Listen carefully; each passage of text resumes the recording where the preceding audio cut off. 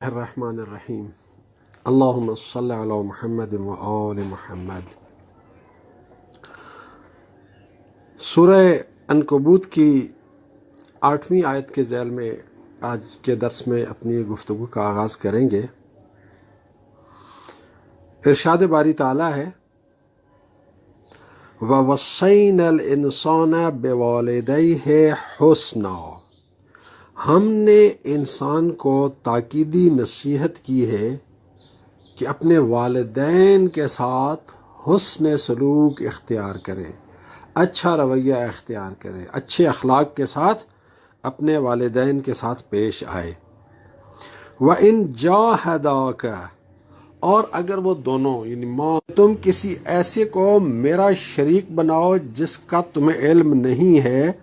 فَلَا تُطِعْهُمَا، تو ان کی اطاعت نہ کرو، الیہ مرجعکم، میری طرف ہی تم سب کا رجوع ہے، میری طرف ہی تم سب کی واپسی اور بازگشت ہے۔ فَأُنَبِّئُکم بِمَا کُنتم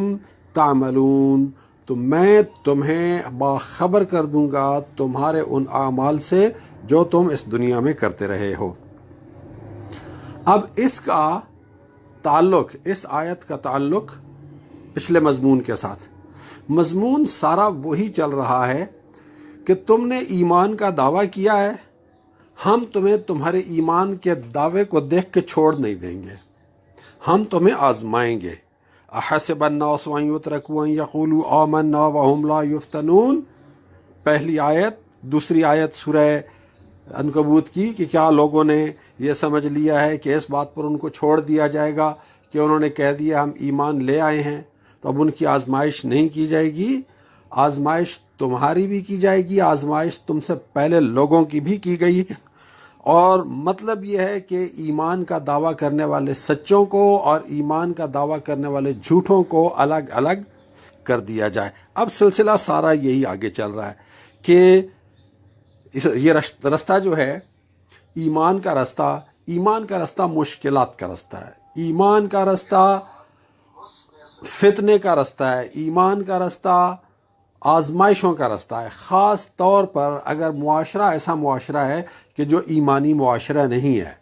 اگر معاشرہ ایمانی ہے، معاشرے کے سارے لوگ نیک ہیں، معاشرے کے سارے لوگ دین کے مطابق چلنے والے ہیں، یا زیادہ تر لوگ دین کے مطابق چلنے والے ہیں، یا زیادہ تر لوگ دینداری کا احترام کرنے والے ہیں، تو وہاں آپ کا امتحان کم ہو جائے گا، اس کی شدت کم ہو جائے گی، لیکن امتحان بہرحال رہے گا، کیونکہ دین پر چلنے میں، ایمان کے مطابق عمل کرنے میں آپ کی اندرونی رکاوٹیں بھی ہوتی ہیں اور بیرونی رکاوٹیں بھی ہوتی ہیں۔ تو اللہ تعالیٰ نے فرمایا کہ آپ نے جہاد کرنا ہے ایمان کے رستے پر قائم رہنے کے لیے، ایمان کے رستے پر قائم رہنے کے لیے آپ کو ایک مسلسل جہاد کی ضرورت ہے۔ وَمَنْ جَاهَدَ فَإِنَّمَا يُجَاهِدُ لِنَفْسِهِ، چھٹی آیت میں فرمایا کہ جو کوئی یہ جہاد کرے گا، یعنی ایمان کا دعویٰ کرنے کے بعد ایمان پر ثابت قدم رہنے کے لیے سٹرگل کرے گا، جد و جہد کرے گا، محنت کرے گا، کوشش کرے گا، جہاد کرے گا، فَإِنَّمَا يُجَاهِدُ لِنَفْسِهِ، تو اس جہاد کا فائدہ خود اسی کو ہوگا۔ ان اللہ لغنی عن العالمین، اللہ تو عالمین سے غنی اور بے نیاز ہے۔ اب یہی سلسلہ آگے بڑھ رہا ہے، تو یہ ایک آزمائش کا ذکر ہو رہا ہے کہ ایک انسان مسلمان ہو جائے، خاص طور پر مکہ کے اس دور کے آپ حالات کو سامنے رکھیں کہ ایک مشرک گھرانہ ہے اور اس مشرک گھرانے کے اندر سب لوگ مشرک ہیں، ایک شخص مسلمان ہو جاتا ہے، ایک نوجوان مسلمان ہو جاتا ہے۔ اب وہ نوجوان جب مسلمان ہو جاتا ہے تو ہوتا کیا ہے، باہر سے پورا معاشرہ اس کے اوپر دباؤ ڈال رہا ہے، معاشرتی دباؤ ہے، اور گھر کے اندر بھی اس کے اوپر دباؤ کہ تم نے اپنا مذہب کیوں تبدیل کر دیا، تم نے اپنا دین کیوں تبدیل کر دیا۔ تو یہاں سے والدین کی طرف سے بندے کے اوپر پریشر آتا تھا کہ تم اپنے سابقہ دین کے اوپر واپس آ جاؤ۔ یہاں ایک نقطہ سمجھ لینا چاہیے، بعض لوگوں کو ایک غلط فہمی ہو جاتی ہے، بعض والدین کو غلط فہمی ہو جاتی ہے کہ جی اگر والدین صرف شرک کا حکم دیں تو اس صورت میں ان کی بات نہیں ماننی ہے، باقی جو کچھ بھی کہیں تو آپ نے ان کی ہر بات ماننی ہے، اور وہ کیا کہتے ہیں کہ جو قرآن یہ کہہ رہا ہے کہ والدین اگر شرک کا کہیں تو شرک میں ان کی بات نہیں ماننی ہے۔ میرے پاس ایک ایسا کیس آیا تھا، ایک نوجوان کا اپنے والدین کے ساتھ کسی مسئلے پر اختلاف تھا، والدین کا اصرار غلط تھا، والدین جو بات کر رہے تھے وہ شرعی حکم کے مطابق نہیں تھی، اور لڑکا جو کچھ کر رہا تھا وہ شرعی حکم کے مطابق تھا۔ تو والدین کا اصرار تھا کہ تم جو اتنے دیندار بنے پھرتے ہو، تو قرآن تو کہتا ہے کہ شرک کے علاوہ والدین کی ہر بات مانو، ہم تمہیں شرک کرنے کا تھوڑی کہہ رہے ہیں، شرک کرنے کا تو ہم کہہ ہی نہیں رہے ہیں۔ اللہ نے تو تمہیں یہ کہا ہے کہ اگر والدین شرک کا کہیں تو پھر ان کی بات نہ مانو، باقی ساری باتیں مانو۔ یہ باقی ساری باتیں مانو والی بات خود نکال لی گئی ہے۔ اب اس چیز کو سمجھنے کی ضرورت ہے کہ اللہ تعالیٰ یہاں پر خاص طور پر شرک کا ذکر کیوں کر رہا ہے، یہاں خاص طور پر شرک کو مینشن کیوں کر رہا ہے۔ آپ اس چیز کو دیکھیے کہ مثال کے طور پر ہمارے معاشرے میں ایک شخص اپنا مذہب تبدیل کر دیتا ہے، فرض کریں اہل سنت ہے، شیعہ ہو جاتا ہے، اب اس کے گھر والوں کی طرف سے، اس کے والدین کی طرف سے اس کے اوپر کیا پریشر پڑے گا؟ یہ پریشر پڑے گا کہ دوبارہ اپنے خاندانی مذہب میں واپس آ جاؤ۔ کوئی مسیحی ہے، وہ مسلمان ہو جاتا ہے، تو اس کے گھر والوں کی طرف سے اس پر کیا پریشر پڑے گا؟ اس کے گھر والوں کی طرف سے، والدین کی طرف سے یہ پریشر پڑے گا کہ تم دوبارہ مسیح ہو جاؤ۔ اسی طرح سے جب زمانہ رسول میں رسول اللہ صلی اللہ علیہ وآلہ وسلم تبلیغ فرماتے تھے، اور اس مشرک معاشرے کے کسی مشرک گھرانے کا کوئی نوجوان لڑکا یا لڑکی مسلمان ہو جاتے تھے، تو والدین کی طرف سے سارا دباؤ اس بات پر ہوتا تھا کہ بھی اپنے والدین کا، اپنے آباء و اجداد کا دین کیوں چھوڑ دیا ہے؟ وہ جو ہمارا دین ہے شرک یعنی بتوں کی پرستش کرنا، تم اس کے اوپر واپس آ جاؤ۔ تو مشرک والدین تھے، تو مشرک والدین اپنے بچوں کے اوپر جو مسلمان ہو جاتے تھے یہ دباؤ ڈالتے تھے کہ دوبارہ مشرک ہو جاؤ۔ بالکل جیسے مسیحی آج مسلمان ہو جائے تو اس کے والدین دباؤ ڈالیں گے کہ تم دوبارہ مسیحی ہو جاؤ۔ سنی شیعہ ہو جاتا ہے تو والدین دباؤ ڈالیں گے کہ تم دوبارہ سنی ہو جائے۔ ایگزیکٹلی یہی صورت تھی، مشرک خاندان کا بندہ مسلمان ہو جاتا، دباؤ آتا تھا کہ تم دوبارہ مشرک ہو جاؤ۔ تو اس خاص سچویشن، ایک خاص صورتحال، ایک خاص پس منظر میں بات ہو رہی ہے۔ ایک مسلمان والدین تو کبھی بھی اپنے بچے کو نہیں کہیں گے کہ تم مشرک ہو جاؤ، لیکن مسلمان والدین سے یہ پاسبل ہے، اور یہ ہوتا ہے کہ وہ بعض جگہوں پر اپنے بچوں سے ایسے مطالبات کرتے ہیں کہ وہ مطالبات اللہ کے احکامات کے مطابق نہیں ہوتے، تو یہ بھی ایک آزمائش بن جاتی ہے۔ تو ان دونوں صورتوں میں ایمان کے راستے پہ ثابت قدم رہنا ہے، یہی ہماری آزمائش ہے، یہی فتنہ ہے۔ والدین مشرک ہیں اور وہ کوشش کر رہے ہیں کہ بندہ دوبارہ مشرک ہو جائے، تو والدین کے اس پریشر کے سامنے بھی نہیں جھکنا ہے۔ لیکن اگر والدین مشرک نہیں ہیں، والدین مسلمان ہیں، لیکن ان کا کوئی اور ایسا مطالبہ ہے جو ایمان کے تقاضوں کے ساتھ ہم آہنگ نہیں ہے، اب وہ ایسا کوئی مطالبہ کرتے ہیں، ایسا کوئی تقاضا کرتے ہیں جو ایمان کے تقاضوں کے ساتھ ہم آہنگ نہیں ہے، تو یہاں پھر بندے کے لیے آزمائش آ جاتی ہے کہ اب میں ایمان کے راستے پہ چلوں یا اپنے والدین کی بات کو پورا کروں۔ تو یہاں اس ایک خاص تناظر میں ایک خاص آزمائش کی بات کی جا رہی ہے جو ایمان کے راستے پر چلنے والے لوگوں کو اس دور میں، جو مکی دور تھا خاص طور پر، اس میں بہت زیادہ پیش آتی تھی۔ جو بندہ مسلمان ہوتا تھا، والدین کی طرف سے، گھر والوں کی طرف سے، رشتہ داروں کی طرف سے پریشر کہ تم یہ محمد کی باتوں میں آ گئے ہو، اپنے والدین کا، اپنے آباء و اجداد کا تم نے مذہب چھوڑ دیا، چھوڑ دو، دوبارہ اپنے خاندانی مذہب کے اوپر آ جاؤ۔ تو یہ ایک آزمائش ہوتی تھی، یہ ایک فتنہ ہوتا تھا۔ اللہ تعالیٰ اس فتنے کے بارے میں آگاہ فرما رہا ہے، اور یہ کہا جا رہا ہے کہ والدین چاہے مشرک بھی ہوں، آپ نے اپنا طرز عمل کیا رکھنا ہے کہ آپ نے ان کے ساتھ بدتمیزی نہیں کرنی ہے، آپ نے ان کے ساتھ بد اخلاقی نہیں کرنی ہے، مار پیٹ تو دوسری بات ہے اور بہت آگے کی بات ہے۔ وَصَّيْنَا الْإِنسَانَ بِوَالِدَيْهِ حُسْنًا وَإِنْ جَاهَدَاكَ لِتُشْرِكَ بِي، چاہے وہ تمہارے خلاف پورا زور لگا رہے ہوں، تمہارے خلاف جہاد کر رہے ہوں، تمہارے خلاف جنگ کر رہے ہوں کہ تم مشرک ہو جاؤ، تم نے اس کے باوجود والدین کے ساتھ حسن سلوک اور اچھے اخلاق کا دامن نہیں چھوڑنا ہے، اور ان کے اس مطالبے کے سامنے آپ نے نہیں جھکنا ہے۔ وَإِن جَاهَدَاكَ لِتُشْرِكَ بِي مَا لَيْسَ لَكَ بِهِ عِلْم، یہ ما لَيْسَ لَكَ بِهِ علم کو سمجھنے کی ضرورت ہے کہ دو صورتیں ہو سکتی ہیں۔ آپ اللہ کے بندے ہیں، کسی چیز کا آپ کو پتہ ہے کہ یہ اللہ کا شریک نہیں ہے، اور کوئی ایسی چیز ہے جس کے بارے میں آپ شک کرو کہ پتہ نہیں یہ اللہ کا شریک ہے یا نہیں ہے، اللہ کا شریک ہونے میں ڈاؤٹ ہے، کنفیوژن ہے، کیا پتہ ہو، یقین نہیں ہے، علم نہیں ہے۔ اللہ تعالیٰ یہاں پر لفظ یہ استعمال کر رہا ہے کہ جب وہ تمہیں کہیں،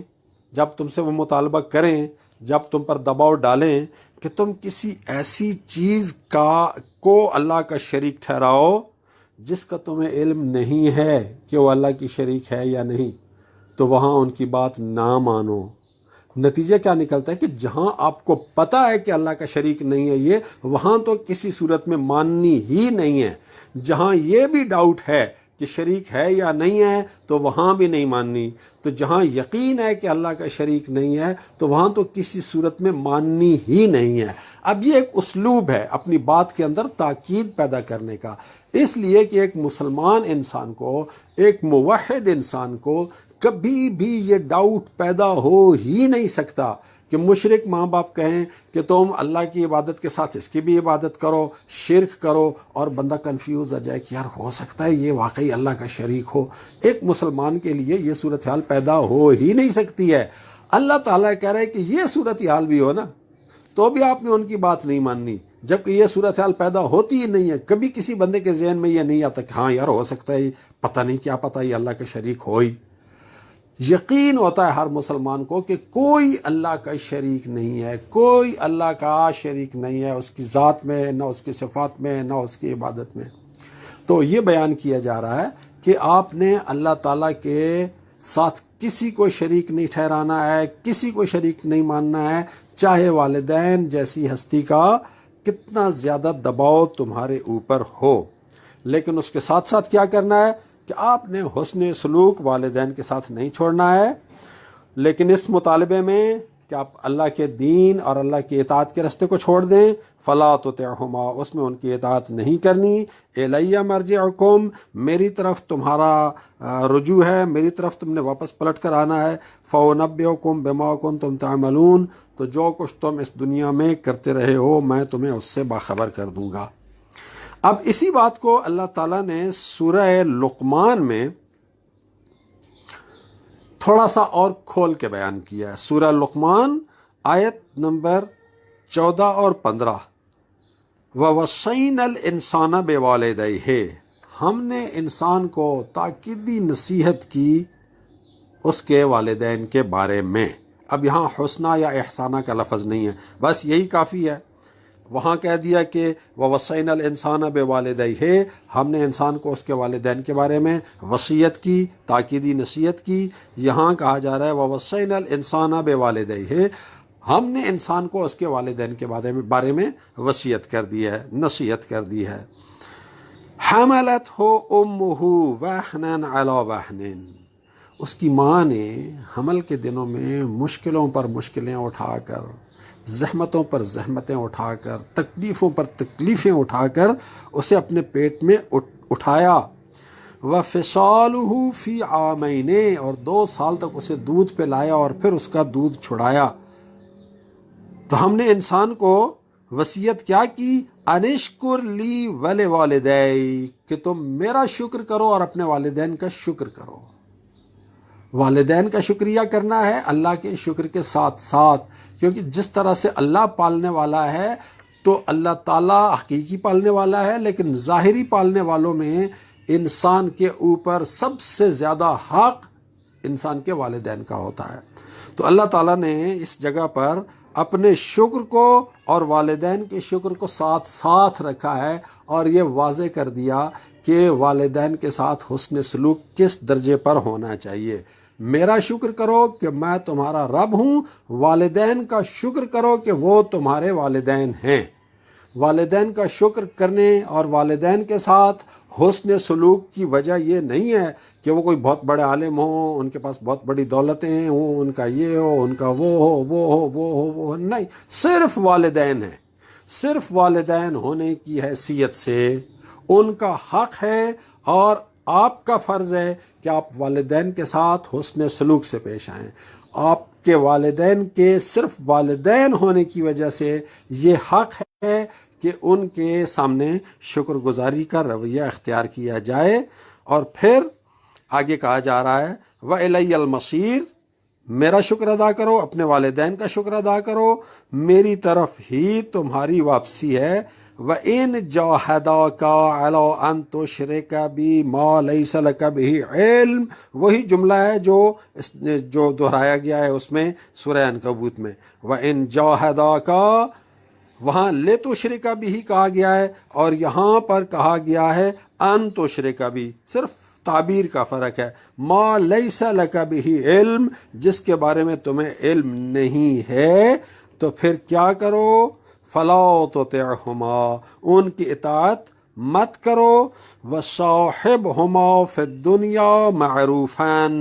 اور دنیا میں ان کے ساتھ معروف کے مطابق زندگی گزارو۔ دنیا میں ان کے ساتھ معروف کے مطابق ہم نشینی اور صحبت اختیار کرو۔ معروف کیا ہے؟ معروف یعنی پہچانی ہوئی اقدار، ریکگنائزڈ ویلیوز، اور منکر غیر تسلیم شدہ اقدار، ان ریکگنائزڈ ویلیوز۔ جب قرآن شریف میں بات ہوتی ہے معروف کی تو اس میں یہ چیزیں آ جاتی ہیں کہ ایک وہ جسے اللہ نے قرآن شریف میں معروف کہا ہے، یعنی تسلیم شدہ نیکی، تسلیم شدہ اخلاقی اقدار قرار دیا ہے۔ دو، جنہیں رسول اللہ صلی اللہ علیہ وآلہ وسلم نے اور ائمہ معصومین نے نیک اقدار اور اخلاق تسلیم شدہ اقدار قرار دیا ہے۔ تیسرے، وہ نیکیاں، وہ خوبیاں جنہیں انسان کی عقل، ہر انسان کی عقل خود سمجھتی ہے کہ یہ نیکی ہے، یہ بدی ہے، چاہے اللہ نے، چاہے اللہ کے رسول نے، چاہے ائمہ معصومین نے ان کے بارے میں کوئی بات کی ہے یا نہیں بات کی، خود عقل اپنے طور پر اس بات کو سمجھتی ہے، اور دنیا کے ہر عقل مند انسان کی عقل یہی کہتی ہے کہ یہ اچھا ہے، یہ برا ہے، یہ صحیح ہے یا غلط ہے۔ تو وہ جو اچھا ہے، وہ جو صحیح ہے، جس کی اچھا اور صحیح ہونے کا فیصلہ دنیا کے ہر انسان کی عقل کرتی ہے، یعنی عقل کرتی ہے، تو وہ بھی آ جاتا ہے معروف کے اندر۔ اور اسی طرح سے ہر انسانی معاشرے کے اندر کچھ اچھے اخلاقی معیار ہوتے ہیں، کچھ اچھی اخلاقی خوبیاں ہوتی ہیں، تو معاشرے کی ان اچھی اخلاقی قدروں اور اخلاقی خوبیوں کو بھی اڈاپٹ کرنا، جب تک کہ وہ قرآن، سنت اور عقل کے بتائے ہوئے معروفات کے ساتھ تضاد میں نہ ہوں، وہاں ان معاشرتی اخلاقی خوبیوں اور معاشرتی رسوم و رواج کو جو قرآن و سنت کے خلاف نہ ہوں، عقل کے خلاف نہ ہوں اور معاشرے میں انجام دیے جاتے ہوں، تو ان کو بھی لیا جائے گا۔ تو اللہ تعالیٰ یہ فرما رہا ہے کہ آپ نے اپنے مشرک والدین کے ساتھ بھی معروف کے مطابق زندگی گزارنی ہے، ان کے ساتھ کوئی بدتمیزی نہیں کرنی ہے، ان کے ساتھ کوئی اخلاقی بدرفتاری نہیں کرنی ہے، اخلاقی لحاظ سے کوئی برا رویہ اختیار نہیں کرنا ہے کہ جی میں مسلمان ہو گیا ہوں تو اب مجھے ہر کافر کے ساتھ، ہر غیر مسلم کے ساتھ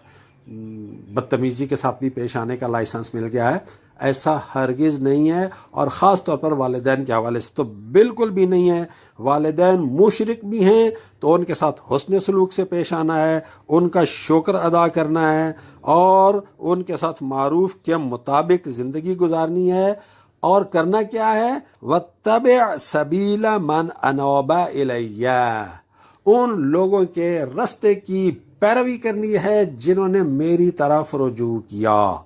یہاں پر یہ جملہ اس بات کو واضح کر دیتا ہے کہ والدین کی طرف سے کسی بھی ناجائز مطالبے کو پورا نہیں کرنا ہے۔ یہ نہیں ہے کہ صرف شرک کی بات نہیں ماننی ہے، نہیں، والدین نے کوئی بھی ایسی بات کر دی جو اللہ تعالیٰ کی بندگی کے خلاف ہے، جو اللہ تعالیٰ کے احکامات کے ساتھ منافات رکھتی ہے، جو آپ کے ایمان کے تقاضوں کے خلاف ہے، تو وہاں آپ نے کیا کرنا ہے؟ وَاتَّبِعْ سَبِيلَ مَنْ أَنَابَ إِلَيَّ، اللہ کے ان نیک بندوں، صالح بندوں، انبیاء و اوصیاء بندوں کے رستے پر چلنا ہے جنہوں نے اپنی زندگی میں ہر قدم میں اللہ تعالیٰ کی طرف رجوع اختیار کیا۔ یہاں ایک لفظ استعمال کیا گیا ہے انابہ، ایک لفظ ہے توبہ، توبہ کے معنی بھی اللہ کی طرف رجوع کرنا، اور انابہ، انابہ کے معنی بھی اللہ تعالیٰ کی طرف رجوع کرنا۔ توبہ اور انابہ دونوں کا مطلب اللہ تعالیٰ کی طرف رجوع کرنا ہے، لیکن دونوں کے اندر ایک فرق ہے۔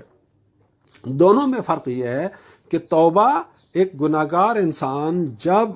گناہ کر کے اللہ کے رستے سے ہٹ جاتا ہے تو وہ گناہ کو چھوڑ کر اللہ کی طرف رجوع کرتا ہے، اس کو بولتے ہیں توبہ۔ یعنی اللہ کی بندگی کے رستے سے جب بندہ ہٹ جاتا ہے تو وہ رستہ چھوڑ کر پھر دوبارہ اللہ کی بندگی کے رستے پہ آنا، گناہ کو چھوڑ کر، نافرمانی کو چھوڑ کر اللہ کی طرف رجوع کرنا، اس رجوع کو کہا جاتا ہے توبہ۔ اور انابہ وہ رجوع ہے کہ آپ گناہ کے راستے پہ نہیں گئے، لیکن ہر لحظہ آپ اللہ تعالیٰ کی طرف رجوع رکھتے ہیں، اللہ تعالیٰ کی طرف توجہ رکھتے ہیں، اللہ تعالیٰ کی طرف سے اپنی توجہ کبھی ادھر ادھر ہونے ہی نہیں دیتے۔ اگر کبھی توجہ اللہ تعالیٰ سے ادھر ادھر ہو بھی گئی تو گناہ کی طرف تو جائے گی ہی نہیں، گناہ کی طرف تو جانے کا سوال ہی پیدا نہیں ہوتا انابہ والے بندے کا۔ لیکن جیسے ہی آپ دیکھیں کہ توجہ میری اللہ تعالیٰ کی طرف سے ہٹ گئی ہے تو پھر دوبارہ اپنی توجہ اللہ تعالیٰ کی طرف لے آنا، یہ ہے انابہ۔ تو یہاں کہا جا رہا ہے وَاتَّبِعْ سَبِيلَ مَنْ أَنَابَ إِلَيَّ، ان لوگوں کے رستے کی پیروی کرو جنہوں نے میری طرف رجوع رکھا ہوا ہے۔ اب اردو میں ہماری پرابلم ہے، مجبوری ہے کہ توبہ کے لیے بھی رجوع کا لفظ استعمال کرنا ہے، انابہ کے لیے بھی رجوع کا لفظ استعمال کرنا ہے۔ وَاتَّبِعْ سَبِيلَ مَنْ أَنَابَ إِلَيَّ، ان لوگوں کا رستہ اختیار کرو، ان لوگوں کے رستے کی پیروی کرو جنہوں نے میری طرف رجوع رکھا ہوا ہے۔ ثُمَّ إِلَيَّ مَرْجِعُكُمْ، یہاں بھی کہا جا رہا ہے سورہ لقمان میں بھی، اور یہاں میں بھی یہ کہا جا رہا ہے، یہاں سورہ لقمان میں کہا جا رہا ہے ثُمَّ إِلَيَّ مَرْجِعُكُمْ، پھر تمہارا رجوع میری طرف ہوگا، پھر تم میری طرف پلٹائے جاؤ گے، جبکہ سورہ عنکبوت میں ثم کا لفظ نہیں ہے، فَلَا تُطِعْهُمَا إِلَيَّ مَرْجِعُكُمْ، آگے فَأُنَبِّئُكُمْ بِمَا كُنْتُمْ تَعْمَلُونَ، یہ دونوں میں ایک جیسا آ رہا ہے۔ تو ایک بہت بڑی آزمائش ہوتی ہے ایک مومن انسان کے لیے جب اس کے والدین کی طرف سے کوئی ایسا تقاضا سامنے آئے کہ اللہ کے رستے کو چھوڑ کر ان کے کسی غیر شرعی اور اللہ کے احکامات کے ساتھ منافات رکھنے والے مطالبے کو پورا کرنا پڑے، تو یہ نہیں کرنا ہے۔ وَاتَّبِعْ سَبِيلَ مَنْ أَنَابَ إِلَيَّ، ایک مومن کا جس کو اللہ تعالیٰ یہ کہہ رہا ہے کہ تمہاری زندگی میں آزمائش آئے گی، جو تم نے ایمان کا دعویٰ کر لیا ہے، اب ایمان کے دعوے پر ثابت قدم رہنے کے لیے تمہیں جہاد کرنا ہے، اسٹرگل کرنا ہے، وہاں تمہاری عملی پالیسی کیا ہونی چاہیے؟ وَاتَّبِعْ سَبِيلَ مَنْ أَنَابَ إِلَيَّ، ان لوگوں کے راستے پہ چلنا ہے جو اللہ تعالیٰ کی طرف انابت والا رجوع رکھتے ہیں، گناہ کر کے رجوع نہیں، ہر وقت اللہ تعالیٰ کی طرف رجوع رکھتے ہیں، اور معروف کے مطابق چلنا، یہ ایک مومن انسان کی پالیسی ہونی چاہیے تمام قسم کے خوشگوار اور ناخوشگوار حالات میں جو ایمان کے راستے میں انسان کو پیش آتے ہیں۔ اگلی آیت والذین آمنوا وعملوا الصالحات لندخلنہم فی الصالحین، اور جو لوگ ایمان لائے اور عمل صالح کرتے رہے، یعنی ایمان کا دعویٰ کیا اور پھر ایمان کے تقاضوں کے اوپر قائم ہیں۔ جب اللہ تعالیٰ نے آزمائش کی بھٹی میں ڈالا تو اس آزمائش کی بھٹی میں بھی آنے کے بعد کبھی بھی ایمان کے راستے سے، اللہ کی اطاعت کے راستے سے ادھر ادھر نہیں ہوئے، تو جو ایمان کے راستے پہ ثابت قدم رہیں گے، ہم کیا کریں گے؟ لَنُدْخِلَنَّهُمْ فِي الصَّالِحِينَ، ہم انہیں اپنے صالح بندوں کے زمرے میں داخل کر دیں گے۔ اب آگے ایک اور کردار بیان کیا جا رہا ہے، وَمِنَ النَّاسِ مَن يَقُولُ آمَنَّا، سے کچھ ایسے بھی ہیں جو کہتے ہیں ہم ایمان لے آئے۔ وہی جو اللہ تعالیٰ کہہ رہے کہ کیا اس بات پہ چھوڑ دیا جائے گا کہ تم یہ کہہ دو کہ آمنا، ہم ایمان لے آئیں۔ اب اللہ تعالیٰ یہی بات کر رہا ہے کہ کچھ لوگ ایسے ہیں من یقولو، جو کہتے ہیں آمنا باللہ، ہم اللہ پر ایمان لے آئے ہیں، فَإِذَا أُوذِيَ فِي اللَّهِ، لیکن جب اللہ تعالیٰ کے رستے پر چلتے ہوئے اسے تکلیفوں کا سامنا کرنا پڑتا ہے، جب لوگوں کی طرف سے اس کو اذیت پہنچائی جاتی ہے، تکلیفیں پہنچائی جاتی ہیں، تو وہ کیا کرتا ہے؟ جعل فتنۃ الناس کعذاب اللہ، لوگوں کی طرف سے پیدا کردہ ان فتنوں، لوگوں کی طرف سے پیدا کردہ ان مشکلات کو وہ سمجھ لیتا ہے کہ ایسی کوئی چیز ہے جیسے اللہ کا عذاب آ گیا۔ اب اللہ کے عذاب سے تو ہر انسان نے بچنا ہی بچنا ہے۔ اگر اللہ تعالیٰ کی طرف سے کسی انسان پر کوئی عذاب آ جائے تو انسان کو اس سے تو بچنے کی ہر حال میں کوشش کرنی چاہیے۔ اگر انسان کو پتہ ہو کہ اس کام کے نتیجے میں اللہ تعالیٰ کا عذاب میرے اوپر آ سکتا ہے تو پھر بھی بچنے کی کوشش کرنی چاہیے۔ لیکن اللہ تعالیٰ بتا رہا ہے کہ کچھ لوگ ایسے ہوتے ہیں بڑے سہل پسند، ایمان کا دعویٰ کر لیا، جب تک حالات ٹھیک ہیں ایمان ایمان ایمان ایمان کی رٹ بھی لگائی ہوئی ہے، چل بھی رہے ہیں، لیکن جیسے ہی کوئی مشکل آ جاتی ہے، جیسے کوئی سختی آ جاتی ہے، جیسے ہی کوئی تکلیف آ جاتی ہے، تو ایسے وہ ہو جاتا ہے جیسے اللہ کی طرف سے کوئی عذاب اس کے اوپر آ گیا۔ وَلَئِن جَاءَ نَصْرٌ مِّن رَّبِّكَ، اور اگر اللہ تعالیٰ کی طرف سے مدد ہو جائے، اللہ تعالیٰ کی طرف سے مدد ہو جائے، تو پھر یہ اپنے دوسرے مسلمان ساتھیوں سے کہتا ہے کہ ہم تو تمہارے ساتھی ہیں۔ یہاں اسپیشلی بات ہو رہی ہے اس صورتحال کی کہ جب مسلمان ہو جانے کے بعد کفار کی طرف سے مسلمانوں کے خلاف جنگ چھیڑ دی جائے، مسلمانوں کے اوپر پابندیاں لگا دی جائیں، مسلمانوں کے اوپر بائیکاٹس کر دیے جائیں، اس قسم کی چیزیں کر دی جائیں، تو جب تک تو آسانی سے چل رہے ہیں، معاملات چلتا رہتا ہے، اور جب ایسی مشکلات آئیں تو یہ ڈاواڈول ہو جاتا ہے اور اسے اللہ کے عذاب جیسا سمجھ کر اس سے جان چھڑانے کی کوشش کرنے لگ جاتا ہے، اور ممکن ہے کہ کبھی وہ کفار کے ساتھ کمپرومائز پہ بھی آ جائے۔ لیکن اگر ایسی صورتحال میں کہ جب لوگوں کی طرف سے، جب معاشرے کی طرف سے، جب اسلام دشمن طاقتوں کی طرف سے مشکلات پیدا کی جا رہی ہوں، اگر ایسی صورت میں اللہ کی طرف سے مدد آ جائے تو پھر یہ مسلمانوں کا ساتھی بن کے کھڑا ہو جاتا ہے کہ دیکھیں جی ہم تو تمہارے ہی ساتھی ہیں، ہم تو تمہارے ہی ہر چیز میں شریک ہیں، اور تمہارا اور ہمارا رستہ ایک ہے۔ اولیس اللہ بأعلم، اولیس اللہ بأعلم بما فی صدور العالمین۔ اللہ تعالیٰ یہاں پر ایک بڑی اہم بات کی نشاندہی کر رہا ہے کہ آپ لوگوں کے ساتھ باتیں کر کے سچے بھی بن جاؤ، آپ لوگوں کے ساتھ باتیں کر کے اپنے آپ کو جسٹیفائی بھی کر لو، آپ لوگوں کے ساتھ باتیں کر کے اپنی باتوں کی کوئی بھی شکل بنا لو، لیکن کیا تم یہ نہیں جانتے ہو کہ اللہ تعالیٰ سب لوگوں کے سینوں میں چھپی ہوئی باتوں کو بہت اچھی طرح سے جانتا ہے، عالمین کے سینوں میں چھپی ہوئی پوشیدہ سب باتوں کو اللہ تعالیٰ اچھی طرح سے جانتا ہے۔ تو جب مشکلات آتی ہیں تم کیسے بیہیو کرتے ہو، تم کیا رویہ رکھتے ہو، دوسروں کے سامنے اس کی تم کیا جسٹیفیکیشن پیدا کرتے ہو، دوسروں کے سامنے کیا جسٹیفیکیشن بیان کرتے ہو، اللہ تعالیٰ کو اس سے غرض نہیں ہے۔ اللہ تعالیٰ تو تمہارے دلوں کے اندر پیدا ہونے والے خیالات، تمہارے دلوں میں موجود تمہاری بات، یعنی اللہ تعالیٰ ان لوگوں کو جو ایمان کے دعوے میں سچ میں جھوٹے ہیں، سچوں کو بھی الگ کرے گا، جھوٹوں کو بھی الگ کرے گا، جو واقعی مومن ہیں ان کو بھی الگ کرے گا، اور جو جھوٹا دعویٰ کرتے ہیں ایمان کا اور منافق ہیں ان کو بھی الگ کرے گا۔ اور سورہ آل عمران کی آیت 179 جو کل بیان کی تھی، اس کے مطابق اللہ تعالیٰ طیب کو بھی الگ کرے گا اور خبیث کو بھی الگ کرے گا۔ اللہ تعالیٰ سے دعا ہے کہ ہم سب کو ان لوگوں کے زمرے میں داخل فرمائے